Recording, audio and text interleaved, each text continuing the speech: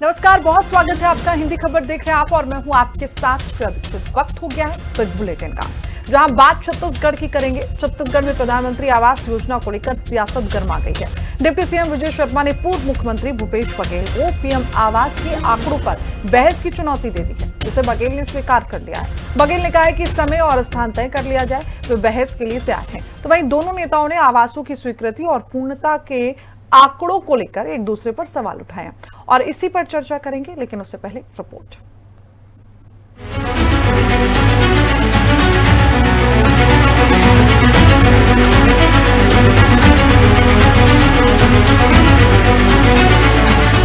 PM Awas Yojana के आंकड़ों पर रार, विजय शर्मा की चुनौती बघेल को स्वीकार। भूपेश बघेल पर बरसे डिप्टी सीएम, पूर्व सीएम आंकड़ों पर फैला रहे भ्रम। छत्तीसगढ़ के डिप्टी सीएम विजय शर्मा ने दावा किया कि प्रदेश में बीजेपी सरकार बनने के बाद पहली कैबिनेट बैठक में 18 लाख प्रधानमंत्री आवास स्वीकृत करने का निर्णय लिया गया था और अब तक 11 लाख से अधिक पीएम आवास ग्रामीण पूरे किए जा चुके हैं। उन्होंने पूर्व सीएम भूपेश बघेल पर पीएम आवास को लेकर भ्रम फैलाने का आरोप लगाते हुए किसी भी मंच पर बहस की चुनौती दी। वहीं भूपेश बघेल ने चुनौती स्वीकार करते हुए कहा कि समय और स्थान तय कर लिया जाए, वे बहस के लिए तैयार हैं। बघेल ने आरोप लगाया कि पीएम आवास के आंकड़ों को लेकर अलग अलग जगह अलग आंकड़े दिए जा रहे हैं। उन्होंने कहा कि मुख्यमंत्री को लिखे पत्र में 18,50,000 आवास स्वीकृत होने की बात कही गई है, जबकि संसद में अलग आंकड़े बताए गए हैं। पूर्व सीएम ने कहा कि विधानसभा में तो शायद सरकार इस पर जवाब ही नहीं दे पाई थी। बघेल ने दावा किया कि प्रदेश में 11 लाख से अधिक आवास पहले ही बन चुके थे और इनमें पूर्ववर्ती सरकारों के कार्यकाल के आवास भी शामिल हैं। उन्होंने ये भी दावा किया कि उनके कार्यकाल में करीब 7 लाख आवास स्वीकृत कराए गए थे। प्रधानमंत्री आवास को लेकर उनके मन में बहुत कंफ्यूजन, मुझे बिल्कुल ध्यान, मैं बिल्कुल जहां वो कहेंगे बैठकर उनसे बात करने तैयार हूं, एकदम तैयार हूं। मसला ये है, इस पर स्पष्टता से काम हुआ है और पूरे आंकड़े अब आपके सामने जब है तो और कौन बचाता है, ये तो सारी दुनिया के सामने रख दिया, ऐसा है ना विषय। ये तो पब्लिक डॉक्यूमेंट है जिस पर मैं बात कर रहा हूं और इसमें से कोई भी एक आंकड़ा ऐसा नहीं है जो मेरा बनाया हुआ है, मेरे ऑफिस का या छत्तीसगढ़ के पंचायत विभाग का बनाया हुआ है। ये pmayg.nic.in वेबसाइट पर आप भी देख के निकाल सकते हैं जो मैं निकाला। मैं अपने आंकड़े रखूंगा और ये सब आंकड़े ही हैं, है ना, तथ्यात्मक, कोई झूठ तो है ही नहीं। ये झूठ बोल रहे हैं, लोकसभा में अलग बोलते हैं, यहाँ अलग बोलते हैं। जब एक बार प्रश्न लगाया था तो जवाब ही नहीं दे पाया था। भूपेश बघेल ने डिप्टी सीएम विजय शर्मा से सवाल किया कि मौजूदा सरकार ने कितने आवास स्वीकृत किए और उनमें से कितने पूरे किए हैं। उन्होंने दावा किया कि 18,45,000 आवास उनके कार्यकाल में ही स्वीकृत हो चुके थे। अब पीएम आवास के आंकड़ों को लेकर दोनों नेताओं के बीच बहस की चुनौती ने प्रदेश की सियासत को और गर्मा दिया है। रायपुर से निशा द्विवेदी के साथ ब्यूरो रिपोर्ट, हिंदी खबर। तो चलिए चर्चा की शुरुआत कर लेते हैं। हमारे साथ पैनल जुड़ चुका है। तारुफ करवा देती हूँ। पीयूष पुरंदर मिश्रा प्रवक्ता भारतीय जनता पार्टी से हमारे साथ हैं। आशीष यादव प्रवक्ता कांग्रेस से हमारे साथ मौजूद हैं। के शर्मा जी हैं वरिष्ठ पत्रकार, उनकी मौजूदगी भी है। आप सभी का हिंदी खबर में बहुत स्वागत है। शुरुआत में सबसे पहले पीयूष जी के साथ कर लेती हूँ। पीयूष जी, अब आंकड़े जो हैं, आप लोगों ने खुले मंच की चुनौती भी दे दी, उसे स्वीकार भी कर लिया गया है, लेकिन अब ये अभी भी स्पष्ट नहीं हो पाया है कि कितने आप लोगों ने स्वीकृत किए हैं, कितने निर्माण हो चुके हैं, क्योंकि जो आरोप है वो ये लग रहे हैं कि आप लोगों ने सारे मिला दिए हैं। पूर्व की जो सरकारों ने काम किया उनको मिला के पूरा एक आंकड़ा तैयार किया आप लोगों ने। जी, सभी को नमस्कार, जय जवाहर। देखिए, कांग्रेस पार्टी आजकल केवल 3 काम करती है। पहला झूठ बोलना, दूसरा झूठ बोलना और तीसरा झूठ बोलना।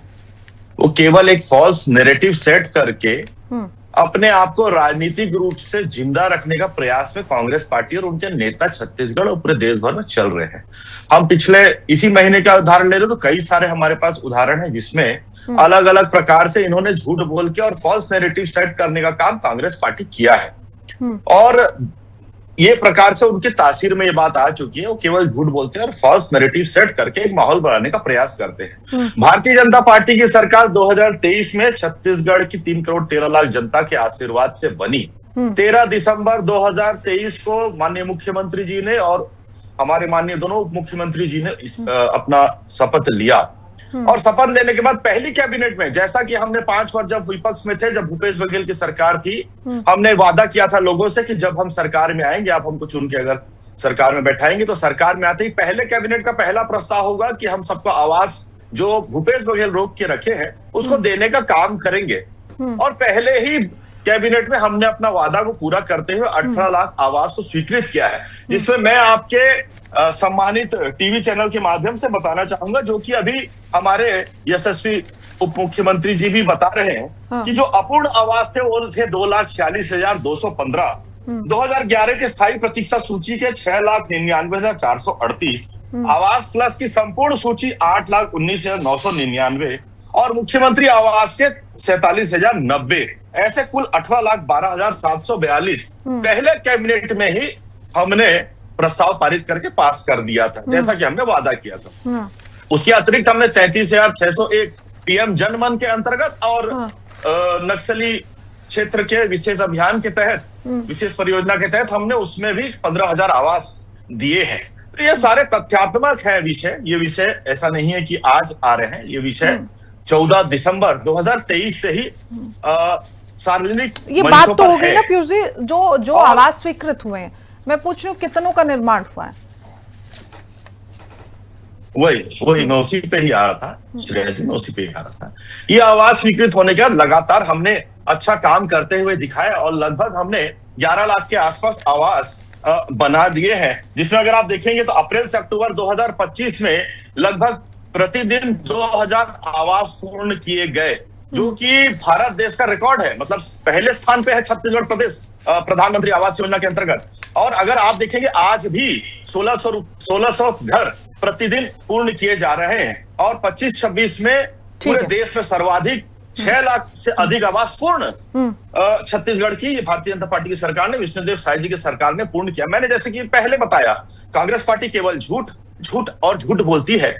और इस बात को जो अभी भूपेश बघेल जी बड़े बड़े दावे कर रहे हैं, मैं तो भूपेश बघेल जी से भी, कांग्रेस पार्टी से भी और आज जो हमारे साथी प्रवक्ता है उनसे भी पूछना चाहता हूं कि 16 जुलाई 2022 को टीएस सिंहदेव जी ने अपने पंचायत एवं ग्रामीण विकास मंत्रालय से क्यों इस्तीफा दिया था? वो पत्र सार्वजनिक मंच पर है, मंच पे है, सभी के पास है। ठीक है। उन्होंने इसलिए इस्तीफा दिया था कि हम 8 लाख गरीबों का आशीष यादव जी, अब आप लोग उनसे तो सवाल पूछ रहे हैं, मैं आपसे भी यही सवाल पूछ रही हूँ जो मैंने बीजेपी से पूछा। आप लोगों के समय में कितने मकान स्वीकृत हुए थे और कितना निर्माण हो गया था? क्योंकि लोग पूछ रहे हैं, क्योंकि सिर्फ मुझे लगता है कि बहस की चुनौती तो दे दी जाती है दोनों तरफ से, होता तो कभी नहीं है और स्पष्टता भी नजर नहीं आती। तो आज मुझे लग रहा है कि मौका भी है और विषय भी है, तो आप भी एक बार अपने आंकड़े रख दीजिए। सबसे पहली बात तो मुझे हंसी आ रही है जो भारतीय जनता पार्टी के प्रवक्ता, जो उनका सदियों से काम रहा है, जब से इनकी पार्टी बनी है और जब से ये सत्ता में आए हैं, फॉल्स नैरेटिव बनाना, झूठ बोलना, जोर जोर से झूठ बोलना। इनके अमित शाह भी कहते हैं झूठ बोलो और जोर जोर से झूठ बोलो, झूठ इतनी बार बोलो तो सच लगने लगे। ये काम ये करते हैं और आरोप ये लगा रहे हैं अब कांग्रेस पर। ये सत्ता में रहते हैं तो भी कांग्रेस पर आरोप लगाते हैं, ये विपक्ष में रहते हैं तो भी ये कांग्रेस पर आरोप लगाते हैं। जवाबदेही, जिम्मेदारी, ये इनके डिक्शनरी में शब्द ही नहीं है। सबसे पहली बात मैं ये कहना चाहूंगा कि 18 लाख आवास, 18,50,000 आवास कह रहे स्वीकृत हुए हैं इनके समय पे, ये बता दें कि फिर लोकसभा में अलग आंकड़े क्यों देते हैं? 11 लाख तो पहले ही स्वीकृत हो चुके थे, अब उसके बाद इन्होंने 7 लाख आवास स्वीकृत कराए। ये कह रहे हैं कि 6 लाख आवास हमारे कार्यकाल में बने, तो भैया पूर्ववर्ती सरकार में कितने आवास बने थे यही बता दें। इस बात को ये क्लियर कर ले कि पूर्ववर्ती सरकार में बने आवासों को भी गिन लेते हैं, अपने बने हुए सरकार में आवासों को गिन लेते हैं। तीन अलग अलग डेटा ये सरकार दे रही है और उप मुख्यमंत्री जी जो है अभी खुली चुनौती दे रहे हैं कि आ जाइए बहस। अरे जब प्रश्नकाल में सवाल लगाया गया था विधानसभा में, तब तो आपने जवाब देने से बचने की कोशिश करी और जवाब दिया नहीं, जवाब आया नहीं सरकार का। अब मीडिया के मंच से नैरेटिव और झूठ फैलाने का काम तो विजय शर्मा जी कर रहे हैं और निश्चित रूप से उनको चुनौती स्वीकार कर ली गई है, आ जाए मंच पर और कर ले बहस। आपको मैं बताना चाहता हूं कि ये 18,50,000 आवास पहले ही जो है स्वीकृत हो चुके थे। उसके बाद जो है 11 लाख से अधिक तो जो है पूर्ववर्ती सरकार में स्वीकृत होने के बाद आप बताइए 7 लाख आवास का कार्य तो पूरे पहले ही पूर्ण हो चुका है, 7 लाख आवासों का कार्य। तो ये किस बिना पर कह रहे हैं कि हमने इतने आवास बनाए? ये कितना झूठ बोलते बोलते 3 करोड़ 50 लाख छत्तीसगढ़ की जनता ने आशीर्वाद दिया, 72 लाख वोट मिले। आप मुझे अपने समय का एक बार आंकड़ा बता दीजिए ना, फिर मैं आगे चलती हूँ। फिर के शर्मा जी, मुझे लगता है फिर के जी बिल्कुल स्पष्ट बता पाएंगे। पहले आप भी एक बार अपने आंकड़े रख दीजिए। मैं पूछ रही हूँ कि आपके समय में कितने स्वीकृत हुए और कितनों का निर्माण हुआ, कितने अधूरे छूट गए जिसका दावा बीजेपी कर रही है? 11 लाख स्वीकृत आवास थे और कार्य संपूर्ण पूर्ण कर दिया गया था कुछ आवासों का, और 7 लाख के आसपास के आवास चालू कर दिए गए थे बनाना। 50,000 आवास कंप्लीट कर चुके थे हम, और उसके बाद बाकी का पहली राशि दे दी गई थी, पहली किस्त दे दी गई थी जो स्वीकृत थे। उसके बाद भारतीय जनता पार्टी आती है, उसके बाद बाकी ये किस्त देती है और उसको कहती है कि हमने पूरा बना दिया। ठीक है, के शर्मा जी, आपको भी ऐसा लग रहा है जैसा कांग्रेस कह रही है कि सारा मिला के एक आंकड़ा दिया गया है? हालांकि बीजेपी कह रही है कि हमने तो जो भी है सब वेबसाइट में। विजय शर्मा जी को मैं सुन रही थी, वो कह रहे थे कि आप भी जाकर देख सकते हैं। देखिए श्रेया जी, ये जो राजनीतिक विवाद चल रहा है ये 2022 जुलाई से चल रहा है, जब टीएस सिंहदेव इस्तीफा देते हैं विभाग से। उस समय से ये विभाग राजनीति चल रहा है और भाजपा इसको चुनावी मुद्दा भी बनाई। 18 लाख आवास हम बनाएंगे, 18 लाख की बात होती रही। अब जब स्वीकृति की बात आ रही है तो ये स्वीकृति तो केंद्र सरकार को करना है और स्वीकृति केंद्र सरकार ने की है। लेकिन 2022 में इस्तीफा इसलिए जाता है कि राज्यांश नहीं दिया जाता। राज्यांश नहीं देने के कारण एक भी आवास नहीं बना पाए। ये टीएस सिंहदेव के पत्र में लिखा हुआ है, पहले ही पेज में, 4 पेज का उनका इस्तीफा है। अब वो आवास यदि ये हुआ तो योजना की प्रगति निरंक है, ये भी शब्द लिखा हुआ है। अब स्वीकृति आपने किया होगा लेकिन निर्माण तो अभी सरकार कर रही है। ये कहा जा सकता है कि चाबियां जो देने का काम, 7 लाख घरों का निर्माण करवाया था उनकी सरकार ने। वो कह रहे हैं, वो तथ्य की बात है। कब उन्होंने किया है? रमन सरकार में कुछ हुआ कि नहीं हुआ? क्योंकि 2011 की एक सामाजिक आर्थिक जाति जनगणना हुई थी, वो एक, और आवास प्लस 2018, ये 2 बार के सर्वे सूची के आधार पर ये लिस्ट तैयार हुई थी। उसके बाद तमाम बातें जो अभी भाजपा की ओर से बताई गई कि जनमन योजना का हो गया, सीएम आवास किया, एक किस्त तब दिया गया जब वो भाजपा राजनीतिक रूप से इसको उठाना शुरू कर दी थी कि गरीबों को आवास नहीं मिल रहा है। तब एक किस्त देने की बात आई, भूपेश सरकार ने सर्वे कराया, फिर उसमें 48,000 लोगों को सीएम आवास के नाम से या आवास न्याय योजना के नाम से इसको आगे बढ़ाया स्वीकृति करके, और पहले किस्त की राशि चुनाव के पहले देने की बात आई। अब जब चुनाव में दे दी तो उसका लाभ नहीं मिला, और भाजपा जो 18 लाख आवास की बात कर रही थी पहले कैबिनेट में हम पास करेंगे, प्रधानमंत्री भी ये बात कह रहे थे, तो ये लेकर के आगे बढ़ते गया। अभी जो विवाद हो रहे हैं लोकसभा में, जो बृजमोहन अग्रवाल सांसद के प्रश्न के उत्तर में जो जवाब आया उसको लेकर के भूपेश बघेल सवाल उठ रहे हैं। उसमें ये चीज कहा गया 9,81,000 आवास पूर्ण हुए हैं। तो वो 11 लाख का जो आंकड़ा है कि भाजपा करे, क्या इसमें यही जुड़ा हुआ है कि जनमन योजना का या सीएम आवास का या नक्सली क्षेत्रों में जो 15,000 स्वीकृति, ये सब आंकड़ों को लेकर के, आंकड़ों की दृष्टि से देखें तो दोनों राजनीतिक दल अपने अपने ढंग से, क्योंकि आगामी चुनाव में भी महत्वपूर्ण विषय होगा, क्योंकि 20,40,000 पूर्ण, 4 लाख प्रगति पर, ये तमाम प्रकार की बातें आ रही है। जिन लोगों को आवास मिला है वो किसके पक्ष में जा रहे हैं, क्योंकि उनको मकान की स्वीकृति राशि किस सरकार मिली ये महत्वपूर्ण है। अब उसको लेकर के आने वाले समय में भूपेश कितना स्पष्ट कर पाएंगे या कांग्रेस स्पष्ट कर पाएंगे कि ये हमारे समय का है, क्योंकि उनके पास सबसे बड़ा जो बाधा है वो टीएस सिंहदेव का पत्र, जो इस्तीफा उन्होंने विभाग छोड़ दिया था। तो ये महत्वपूर्ण है। राज्यांश आपने क्यों नहीं दिया? राज्यांश देने के पीछे उस समय बात थी 60-40 का जो रेशियो है इसको 90-10 करना चाहिए, क्योंकि प्रधानमंत्री का नाम है, प्रधानमंत्री आवास लिखा हुआ है इसमें। ये तमाम प्रकार के, उसके बाद फिर मुख्यमंत्री आवास की बात आती है इसी को लेकर। तो राजनीतिक विवाद लगातार चल रहा है इसमें, और जो प्रधानमंत्री 60-40 का जो रेशियो है, 40% कांग्रेस इसलिए नहीं दे पाई थी, ये बात कह रही थी कि कोरोना काल के बाद जो केंद्र सरकार से जीएसटी और अन्य मदों का पैसा राज्य को नहीं मिल पा रहा था, इसको लेकर के थे कि आप उसमें एडजस्ट कीजिए, तो एडजस्टमेंट हुआ नहीं, और ये जो आवास स्वीकृत वाली बात है ये वापस चली गई थी 2021 का। ये महत्वपूर्ण पॉइंट है, इसको लेकर के राजनीति हो रही है। ठीक है, आशीष जी। मैं ये कहना चाहूंगा कि प्रधानमंत्री जी का नाम था इसलिए नहीं, पहले भी इंदिरा आवास योजना चलती थी, पहले जो ये राज्यांश था ये बढ़ाया गया, ये बढ़ाकर 40% कर दिया गया। इसीलिए इस बात पे दिक्कत हो रही थी, क्योंकि कोविड काल के बाद जो जीएसटी सेटलमेंट होना था केंद्र सरकार से, वो जीएसटी का पैसा केंद्र से आ नहीं रहा था। एक तरफ आप जो है राज्य के साथ जो है भेदभाव करते हैं, और केंद्र राज्य का जीएसटी का पैसा नहीं भेजती है, दूसरी तरफ आप राज्यांश बढ़ाकर भार डालते हैं राज्य पर ताकि वो राज्यांश राज्य दे ना पाए और वो योजना विफल हो जाए। एक पूरी साजिश जो है केंद्र सरकार खुद ही कर रही है और उसके बाद जो है पूरा ठीकरा भी फोड़ दिया आपने यहाँ। फिर भी उसके बाद बचे हुए एक कार्यकाल में हमने पूरी 7 लाख आवासों का पहली किस्त देने का काम किया और जो स्वीकृत आवास थे 18 लाख स्वीकृत हमारे समय पर ही हो गए थे। अब इन्होंने ये बता दें कि इनके आने के बाद ये कहते हैं हमने स्वीकृत कर दिया, हमने ये कौन होते हैं स्वीकृत करने वाले? स्वीकृत तो केंद्र सरकार करेगी ना, छत्तीसगढ़ शासन तो नहीं करेगी। तो इन्होंने कितनी स्वीकृत? ठीक है आशीष जी, आप ये कह रहे हैं कि केंद्र सरकार का सपोर्ट नहीं मिला इसलिए आप लोग नहीं दे पाए, आप ये कह रहे हैं? आप ये कह रहे हैं कि केंद्र सरकार का सपोर्ट नहीं मिला, केंद्र सरकार इसे स्वीकृत करती है।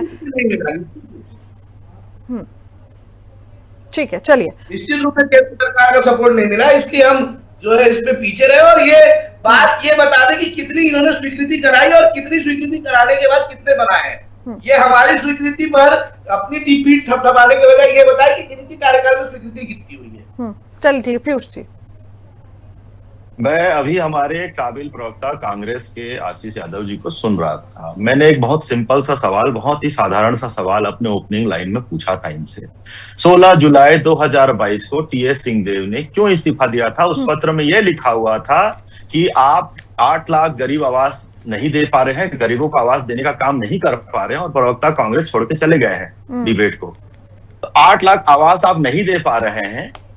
एकदम सिंपल सा सवाल पूछा था जिसका आपने इन्होंने 2 बार मौका दिया, फिर भी इन्होंने अपना जवाब नहीं दे पाया और वो दे भी नहीं पाएंगे क्योंकि ये सत्य है। उन्होंने आवास रोकने का काम किया, गरीबों का हक छीनने का काम किया। भूपेश बघेल की सरकार जाने का प्रमुख कारणों में से अगर कोई एक कारण गिनाया जाएगा तो ये आवास गरीबों का रोकने का काम जो भूपेश बघेल ने महापाप किया था, उसमें टीएस सिंहदेव जी ने कहा था कि मैं इस महापाप का हिस्सा नहीं बन सकता, मुझे माफ कीजिए, मेरे से ये विभाग नहीं संभलेगा, आप ही खुद रखिए इस विभाग को। ऐसे बात करके उन्होंने किया था और भूपेश बघेल की सरकार जाने का एक प्रमुख कारण जो था उसमें यही था कि इन्होंने आवास गरीबों को रोकने का काम किया था। और एकदम तर्कसंगत बात करता हूं मैं, 18 लाख हमने पहले ही कैबिनेट में प्रस्ताव करके पारित कर दिया।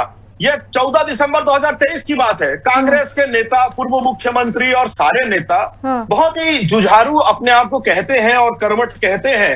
और तो इतने दिन तक वो कहां सोए थे कि हमने फॉल्स अपना आंकड़ा दिया। पहले कैबिनेट में सरकार इनकी जाने के बाद पहले कैबिनेट में जो प्रस्ताव कैबिनेट ने पारित किया भारतीय जनता पार्टी की 18 लाख आवास स्वीकृत करने का काम तो किया, वो 14 दिसंबर को स्वीकृत किया। तो 14 दिसंबर के शाम के न्यूज चैनल्स में और 15 दिसंबर के सुबह के खबर कागज में और सारे हमारे मुख्यमंत्री, उप मुख्यमंत्री और भारतीय जनता पार्टी के तमाम नेताओं के फीड में सोशल मीडिया के आ चुका था। इतने दिन तक ये कहां सोए हुए थे?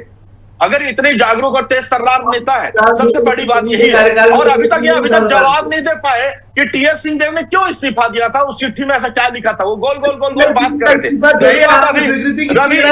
आशीष जी बीच में मत बोले, डिबेट अच्छा चल रहा है, डिबेट अच्छा चल रहा है, डिबेट खराब मत करिए। छत्तीसगढ़ की जनता देख रही है, आपको भी मेरे को भी, दोनों को देख रही है। बीच में मत कहिए, आपका समय आएगा आप करिएगा। आपकी सरकार चली गई और उसमें एक प्रमुख कारण यह आवास ही था। बहरहाल आपने सवाल पूछा था 2026-27 में 1,18,621 आवास, 2025-26 में 5,92,508 आवास, जिसमें देश में सर्वाधिक मैंने पहले अपने ओपनिंग स्टेटमेंट कहा। 2024-25 में 1,030 आवास प्रतिदिन के हिसाब से 3,75,906 आवास, ऐसे हमने आवास पूर्ण किए हैं। रही बात जो बृजमोहन अग्रवाल जी की संसद में सवाल की बात है, तो उस संसद के सवाल में भी वहां पे जो जवाब आया था उसमें 9,81,442 निर्मित हो चुके हैं और 3,73,994 निर्माणाधीन है। और ये पिछले 5 वित्तीय वर्ष का आंकड़ा लोकसभा में प्रस्तुत किया गया था। अब आशीष जी की दूसरे जो उन्होंने आरोप लगाया भाजपा पे, उस पर भी मैं जवाब देता हूं। ये चिट्ठी भी सार्वजनिक है। गिरिराज सिंह जी मंत्री हुआ करते थे ग्रामीण पंचायत के, और उन्होंने यहाँ पे मुख्यमंत्री को 1 नहीं 2 बार चिट्ठी लिखा था जब मुख्यमंत्री थे भूपेश बघेल जी यहाँ पे, कि आप आवास में कार्यवाही नहीं कर रहे हैं, हमारी तरफ से पूरा हम योगदान देने को तैयार हैं, आप उसको आगे बढ़ाइए और इसको करिए। मुख्यमंत्री जी को भी लिखा था, तत्कालीन मुख्यमंत्री भूपेश बघेल जी को भी लिखा था और तत्कालिक पंचायत मंत्री टीएस सिंहदेव जी को लिखा था। 1 नहीं 2 बार गिरिराज सिंह जी ने।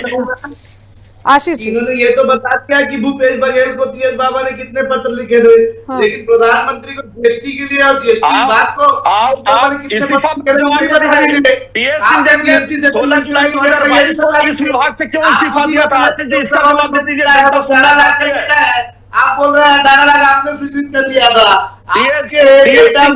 खुद ही इंटरप्रिटेशन गलत है। अगर आप जो है 3 अलग-अलग डेटा बताएंगे तो निश्चित लेकिन ठीक है आशीष जी, आप लोगों को ऊपर सवाल देव साहब की चिट्ठी भी उठा रही है ना, टीएस देव ने जो चिट्ठी लिखी उससे भी तो सवाल उठ रहे हैं ना कि उन्होंने इस्तीफा क्यों दिया था। मुद्दा तो घूम फिर के वही आ जा रहा है। उन्होंने इस्तीफा दिया था 2022 से लेकर 2023 दिसंबर के बीच में। मैंने आपको बताया कि किसकी पहली राशि 7 लाख आवासों की तय भी दी गई थी और कुल टोटल 11 लाख आवास बने भी थे। मैं इनसे ये पूछ रहा हूँ कि इनकी सरकार आने के बाद नई स्वीकृति कितनी हुई है और नए मकान कितने बने हैं? तो ये घुमा फिरा के टोल मोल के जवाब दे रहे हैं। लोकसभा में जब बात सामने आई कि इतने आवास निर्माणी दी है 3 लाख और 9 लाख टोटल बने तो 11 ही लाख हुए ना, कैसे 18 लाख हो गए? अगर टोटल स्वीकृति 18 लाख की थी तो उसका डेटा बता देते ही है। घुमाने की बात ना करें। भारतीय जनता पार्टी की साथ दिक्कत ये है कि केवल अपने आप को सर्वोपरि मानते हैं, घमंड से चूर है, लेकिन सच्चाई ये है कि इन्होंने एक नया आवास झूठ बोल रहे हैं। स्वीकृति हुई है 25 छब्बीस और 27 उसका टोटल कुल टोटल निकालिए 18 लाख के आसपास तो कहीं नहीं आता है।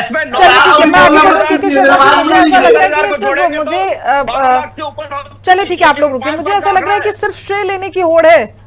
उनको लग रहा है कांग्रेस को कि कहीं ऐसा ना हो कि हमारे काम का श्रेय बीजेपी ले जाए। बीजेपी को लग रहा है कि हम तो कर रहे हैं, क्योंकि जब सरकार बदली तो ये बड़ा मुद्दा था उस समय। अब यही मुद्दा फिर आगे ना बढ़ जाए। जी 10 सेकंड सर।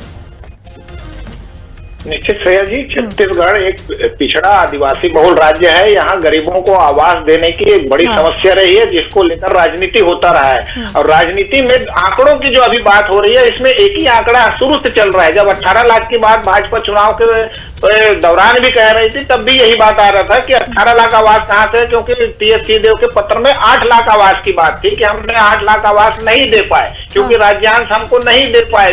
भूपेश बघेल को मैं पत्र लिख रहा हूँ कि आप राज्यांश ये बड़ा मुद्दा है, लेकिन मुझे ऐसा लगता है कि जब आप खुले मंच में चुनौती देने की बात कर रहे हैं, उससे बेहतर होगा कि एक आंकड़े जो है सरकार को भी रख देने चाहिए, क्योंकि कांग्रेस पर भी सवाल उठ रहे हैं तो कांग्रेस को भी आकर लोगों के सामने ये आंकड़े जरूर रखने चाहिए। चलिए, समय इतने की इजाजत देता, आप सब हमारे साथ जुड़े, चर्चा में शामिल हुए, उसके लिए बहुत बहुत शुक्रिया। तो देखिए, ये मुद्दा एक बार मुझे ऐसा फिर से लग रहा है कि ये गर्माता हुआ छत्तीसगढ़ में है और इसका असर भी आने वाले चुनावों पर पड़ेगा, और इसीलिए बीजेपी हो या फिर कांग्रेस हो, आपस में आरोप और प्रत्यारोप करती हुई नजर आ रही है। फिलहाल बुलेटिन में इतना ही, फौरन लौट रही हूँ न्यूज रूम लाइव के साथ। तब तक के लिए हमारे साथ बने रहिए और देखते रहिए खबर। नमस्कार।